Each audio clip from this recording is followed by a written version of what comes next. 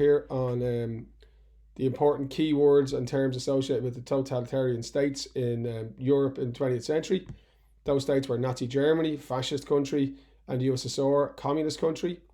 Both those countries were led by dictators, men who could make laws and rules without parliaments or without elections. In Germany, their Führer, the leader, was Adolf Hitler. In the USSR, Joseph Stalin, who liked to be known as Comrade Stalin, one of the guys. In fact, he was a dominant butcher who caused unbelievable pain and suffering in the Soviet Union.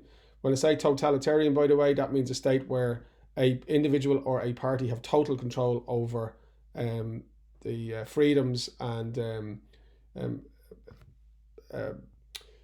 day-to-day activities of citizens in the state. Both countries had secret police. Germany, Geheimstaatspolizei or Gestapo. USSR, the NKVD, used to seek out and crush anybody who was seen to oppose the leader in the party. They both had youth organizations designed to control the way young people thought, to promote loyalty. In Germany, you had a Hitler Youth for Boys and the BDM, which was the League of German Maidens, which was for young girls.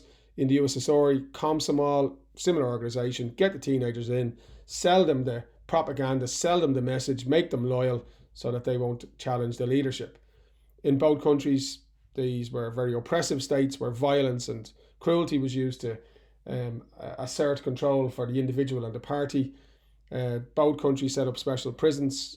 Germany had the concentration camps. The first one was in Dachau. As soon as the Nazis came to power in 1933, they set up Dachau concentration camp for political prisoners.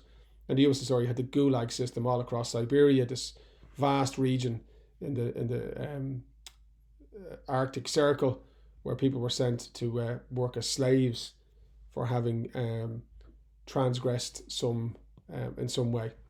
Both countries' propaganda was widely used to control, sell the message of the party. So, newspapers, posters, slogans, cinema, radio, all of that, all on the same message, controlled by the parties. Germany, with Joseph Goebbels, very famous minister for propaganda, responsible for organising the Nuremberg rallies designed to sell the message of the party that the Nazis were strong and would make Germany strong again. And the Soviet Union had your May Day parades in the Soviet Union, USSR, which was again designed to celebrate the power of the party and the leader. Fascism, key elements, was anti-Semitic, powerfully against Jewish people, anti-democratic, anti-communist, pro-military, pro-private business. The Nazis believed that Jews were making the country weak, that democracy made the country weak, that communists made the country weak, but that a strong army would make the country strong again and restore pride to the country after the humiliation of Versailles in 1918.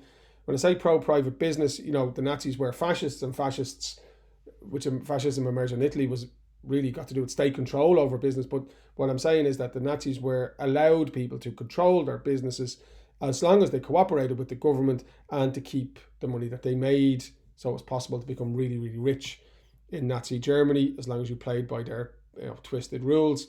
Communism is anti-capitalist.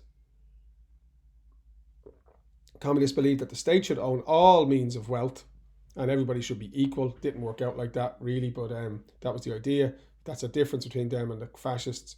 And, of course, they were anti-democratic as well as the fascists. Notable thing about Nazi Germany was the fact that it is a country which organised the first industrial-scale genocide.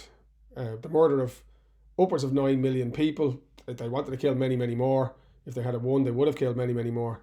But between 1938 and 1945, the Nazis organised the extermination of Jews, homosexuals, disabled people, communists, Slavs, that's people from Eastern Europe, anybody who didn't fit in with their racial ideology.